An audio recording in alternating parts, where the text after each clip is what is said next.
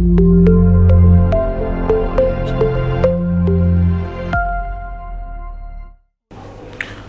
students, myself Manikant Shankar. I am your civil services faculty as well as the polity faculty. Let us see the Constitution of India today and understand the federalism and its importance. Okay. Now let us see what is meant by federalism. Federalism means the division of the powers between the central government and the state government. That structure, the type of structure and that type of arrangement is known as the federalism. Okay, now let us understand the federalism in deep. A federalism is an association in which several states are united together in common matters. Okay, next one is federalism is an agreement. Please understand, it is an agreement between the states and the center to work together and yet function independently. In United States, there is a structure of independent. The arrangement is an agreement between the states and the union government, whereas in India there is no such an agreement because India is a union of states. It's not different entity. Okay, there is no such agreement between the union and states, so no state can ask for the separation from the center government. Federation, this word comes from the Latin word fedios, and fedios means contract. Please understand, it means contract. In federation, contract between the entire center and the states. Okay, in federalism, powers are divided between the national government, that is union government. In our case, in India case, we call it as union government or the central government. Okay, and the regional government by the constitution itself, and both operate independently of their respective jurisdiction. This is very important. UK, France are examples of the unitary government, unitary form of government, and we can see UK or France are examples for the unitary form of government.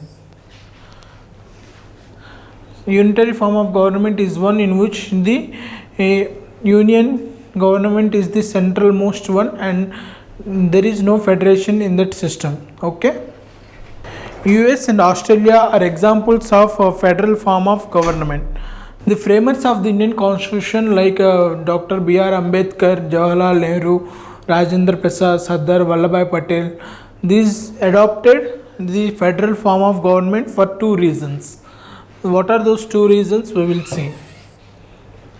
Large size of the nation is one of the, like in our India state in Indian country, there are 29 states and 9 union territories, including the Jammu and Kashmir. Such a large extent of the country needs federal system of government in which the union and federation coexist independently and operate independently. Clear? And second point is the socio-cultural diversity of the country. Okay,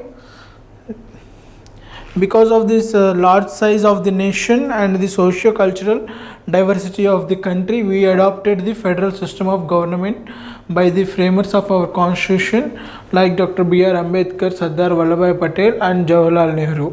Interestingly, federation is nowhere used in the constitution. It is known as the Union of States. As I mentioned earlier, it is known as the Union of States. Indian Constitution contains, with respect to the federalism, resembles Canadian Constitution.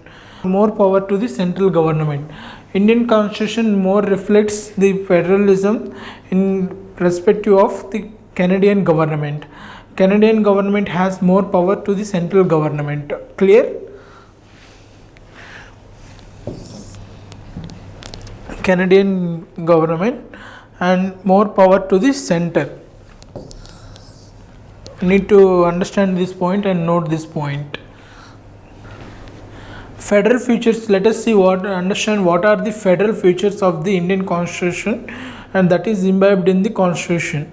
Let us understand each one. Very important one. And dual polity, written constitution, division of powers, supremacy of the constitution, rigid constitution, independent judiciary, bicameralism are for us are some of the features of the federal system. Okay, Division of powers is one of the most important one.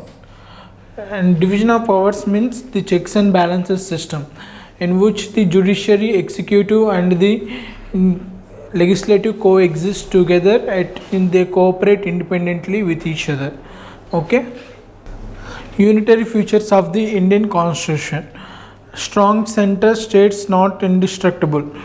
This point is very important. States points are not indestructible. Then means states cannot be distracted. They can independently coexist. Single constitution, flexibility of the constitution, no equality of representation, emergency provisions. Emergency provisions is also one of the important topic. Emergency provisions are important with respect to the constitution, with respect to the unitary bias of the constitution. Okay. Single citizenship, integrated judiciary, all India services, appointment of the governor. Integrated election machinery in India, and integrated election machinery is present. Okay, clear.